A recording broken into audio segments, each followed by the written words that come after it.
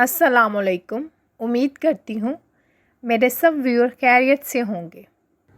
اب ایک ایسی حقائق پیش کی جاتی ہے جس کا ظاہر کچھ اور ہے اور باطن کچھ اور۔ ایک گاؤں میں ایک مؤذن تھا۔ اس کی دل خراش آواز سے سب نالا تھے، مگر مؤذن کو خوش فہمی تھی کہ اس کی آواز بے حد سریلی اور میٹھی ہے۔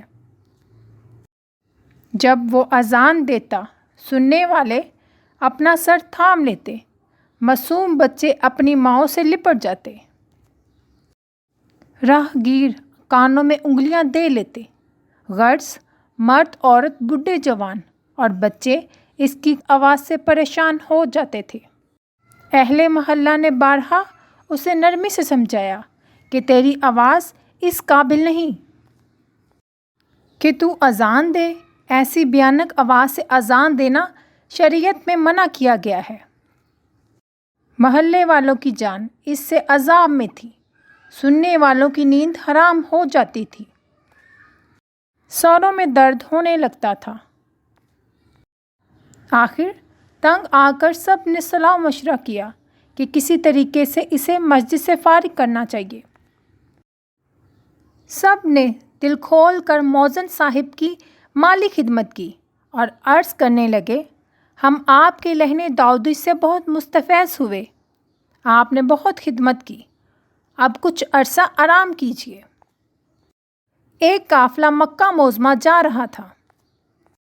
مؤذن صاحب حج کی سعادت حاصل کرنے کے لیے اس قافلے میں شامل ہو گئے۔ سفر کی پہلی منزل میں قافلہ ایک ایسی بستی کے قریب جا کر رکا جس میں زیادہ آبادی کافروں کی تھی۔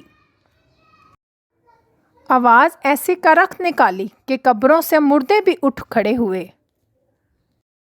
قافلے والے ڈرنے لگے کہ کہیں کوئی فتنہ برپا نہ ہو جائے۔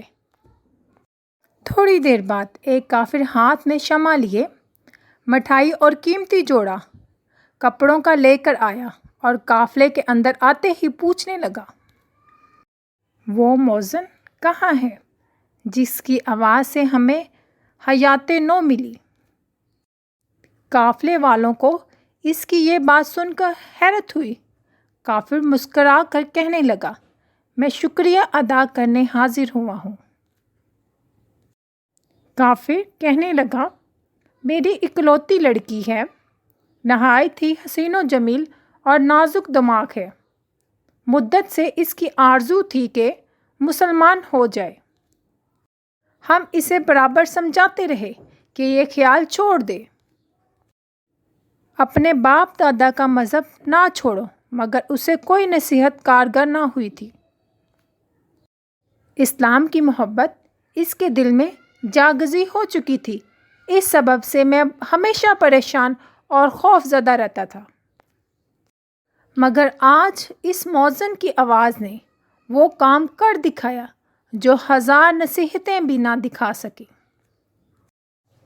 لڑکی نے مؤذن صاحب کی آواز سن کر پوچھا، یہ آواز کیسی ہے جو کانوں میں آ رہی ہے اور دماغ پر ہتھوڑے کی طرح بج رہی ہے؟ اس کی ماں نے جواب دیا، یہ اذان کی آواز ہے۔ مسلمانوں میں نماز کی اطلاع دینے کا یہی طریقہ مقرر ہے۔ اس کے بعد میری لڑکی نے مجھ سے یہی سوال کیا، میں نے بھی یہی جواب دیا کہ واقعی یہ مسلمانوں کی اذان کی آواز ہے۔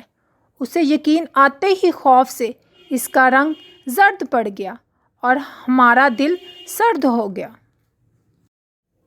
اس نے اسی وقت طے کر لیا کہ وہ اسلام قبول نہیں کرے گی۔ ہم تشویش و عذاب سے چھوٹ گئے، ہمیں واقعی اس کی آواز سے راحت پہنچی۔ اب میں اس مؤذن کا احسان مند ہوں اور شکریہ کے طور پر یہ نذرانہ اس کے لیے لایا ہوں۔ کافر مؤذن سے بالاگیر ہو کر دعائیں دینے لگا اور کہنے لگا، جناب آپ میرے محسن ہیں، آپ نے آج وہ احسان مجھ پر کیا ہے کہ ساری زندگی آپ کا غلام رہوں گا۔ اگر میرے قبضے میں کسی ملک کی بادشاہت ہوتی تو آپ کو اشرفیوں میں تول دیتا۔ اس سے ہمیں یہ سبق ملتا ہے، آواز حق بلند کرنا یعنی تبلیغ دین کے لیے بھی مناسب لوگوں کا انتخاب ہونا چاہیے۔